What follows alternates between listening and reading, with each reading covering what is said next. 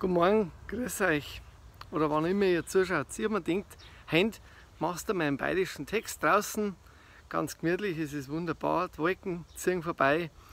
Und ich habe einen Text aus dem Trapumbuch mitgebracht, weil es ist ja doch so, dass wir in Deutschland, in Bayern, überall auf der Welt uns immer gern vergleichen. Wir wollen uns messen, wir wollen einfach immer die Besten sein. Und da habe ich mir gedacht, nimmst du mal das Thema Vergleiche. Vergleiche. Als Buben haben wir die Längen von unseren Zipfeln verglichen. Als Angestellte waren es unsere Bankkonten. Als Führungskräfte die Größe von unseren Dienstwegen.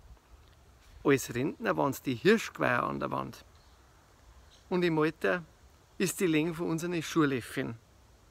Der ehrlichste Vergleich war der in unserer Burmerzeit. Aber heute machen die Zumpferl nicht mehr mit. Pfiat euch. Und wer so Gedichte mag, Trapon, wolfgang-hofer.de, schaut wieder rein. Pfiat euch, servus.